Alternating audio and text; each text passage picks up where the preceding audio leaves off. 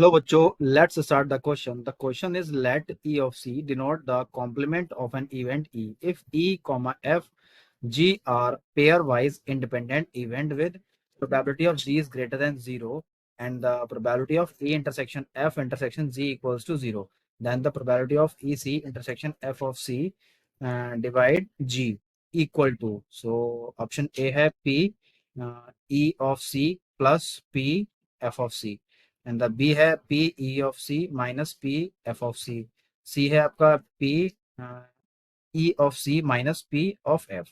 D है आपका P of E minus P of F of C. ठीक है, अब इस क्वेश्चन के हम की कंसेप्ट के बारे में डिस्कस कर लेते हैं। यहाँ पे हम की कंसेप्ट क्या होगा, की कॉन्सेप्ट।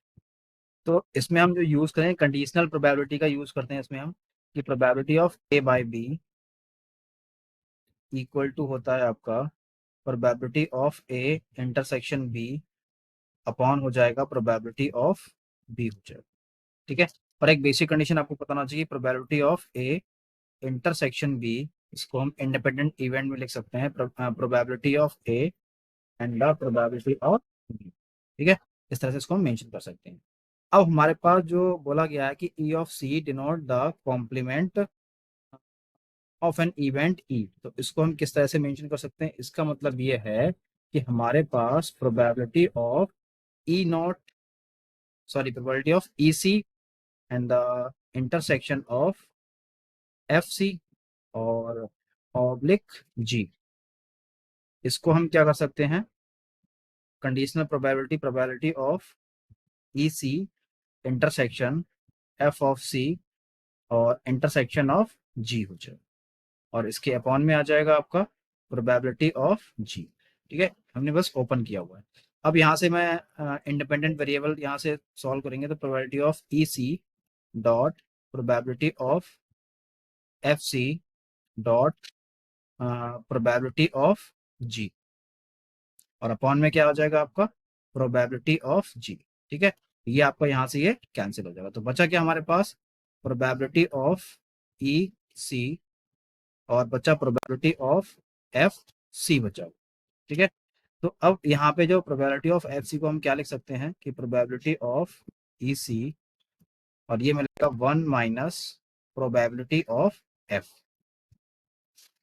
ठीक है, इसका अंदर मल्टीप्लाई करता हूँ यहाँ पे, तो probability of E C minus of probability of E C dot हो जाएगा प्रोबेबिलिटी ऑफ एफ। ठीक है, इस तरह से इसको मैं मल्टीप्लाई कर सकता हूँ। अब यहाँ पे जो प्रोबेबिलिटी ऑफ ई सी है, तो उसको मैं लिख सकता हूँ आपका कि probability of E C minus 1 minus probability of E. Okay, और इनटू में हो जाएगा प्रोबेबिलिटी ऑफ एफ। इतना आपको समझ में आएगा, बस मैंने क्या हुआ है, बस फॉर्मूले ओपन किए। अब यहाँ पे इसका मल्टीप्लाई करूंगा ब्रैकेट में, तो ये मिलेगा आपको probability of E C minus हो जाएगा प्रोबेबिलिटी ऑफ एफ और प्लस हो जाएगा आपका देख लेते हैं यहाँ पे probability of F into probability of E, probability of F into probability of E हो जाएगा।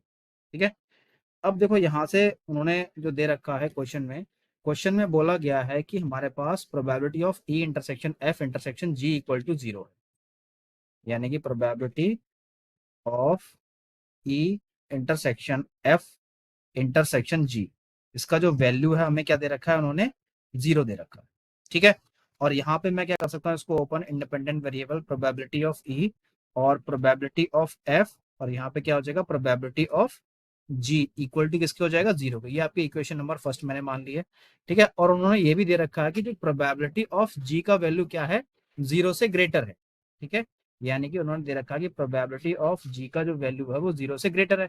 अब 0 से ग्रेटर इसका मतलब क्या, 1 कंसीडर कर सकते हैं उसको हम। ठीक है, क्योंकि 1 से हम तो ज्यादा ले नहीं सकते वैल्यू, क्योंकि प्रोबेबिलिटी क्या होती है 1 होती है, 1 से छोटी होती है।